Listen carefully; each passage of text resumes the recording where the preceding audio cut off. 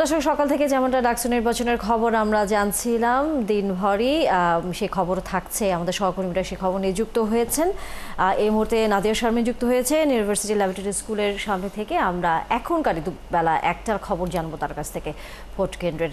নাদিয়া, দুপুর হয়ে গেছে, বিভিন্ন কেন্দ্রে আমরা অন্য সহকর্মীরা যখন যুক্ত ছিলেন বলছিলেন যে দুপুরের কারণে ভোটে আসলে কেন্দ্রের মধ্যে ভোটারদের উপস্থিতি কিছুটা কমেছে, হয়তো আবার কিছুক্ষণের মধ্যে সেটি বাড়বে। আপনি যে কেন্দ্রে আছেন সেখানেও একই চিত্র দেখছেন কিনা? আর যেহেতু ওখানে নারী ভোটারদের সংখ্যা বেশি, তারা এখনও সকাল থেকে যেমনটা বলছিলেন যে দীর্ঘ লাইনে তারা দাঁড়িয়েছিলেন, সেই লাইনে এখনও আছেন কিনা সেই নারী ভোটাররা?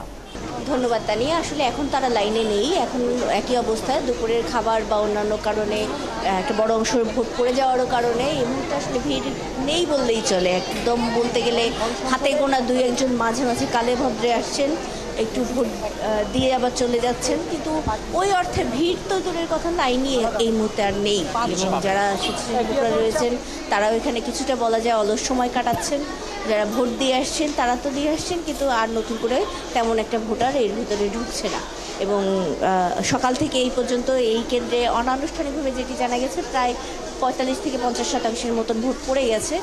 এরপরে আসলে এখানে আর কতখানি ভোট পড়বে সেটি নিয়ে একটি সন্দেহের জায়গা রয়েছে। তার কারণ এই ঢাকা বিশ্ববিদ্যালয়ের এই জায়গাগুলোতে ভোটের সংখ্যা 60%, মানেই অনেক বড় একটি সংখ্যা। তারপরেও এই জায়গায় যেহেতু এরই মধ্যে 45 থেকে 50% মতন ভোট পড়ে গেছে, কাজেই আর কতজন আসবেন বা বাসা বাড়ি থেকে কেউ এসে এখন বিকেলবেলা ভোট দেবেন কিনা, বা বিভিন্ন কাজে যারা আটকে গেছিলেন তারা এসে 2-4 জন যদি ভোট দেন, তার বাইরে বড় সংখ্যক ভোটার আসার সম্ভাবনাটি একটু কম দেখা যাচ্ছে এখন পর্যন্ত।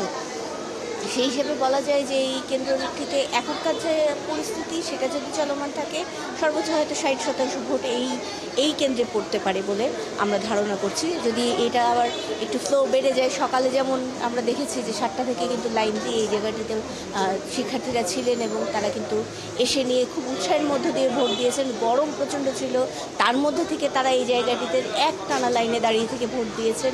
এখন একটু বৃষ্টি হয়েছে কিছুদিন আগে, কাজেই আবহাওয়ার পরিস্থিতি একটু স্বস্তিকর এসেছে।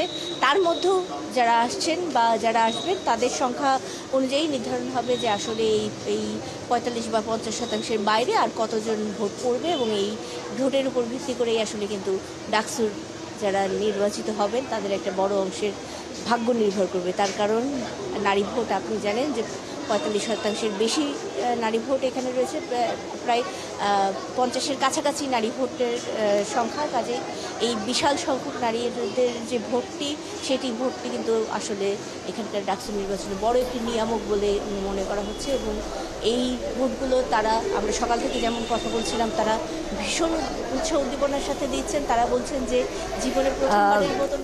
ধন্যবাদ নাদিয়া, নিশ্চয়ই ফিরবো আমরা আবারও। আপনি বলছিলেন যে কিছুটা বিরতি এখন এই দুপুরের সময়টাতে, হয়তো পরবর্তী সময়ে আবারও ভোটারদের সংখ্যা বাড়বে। ধন্যবাদ আপনাকে এখনকার মতো।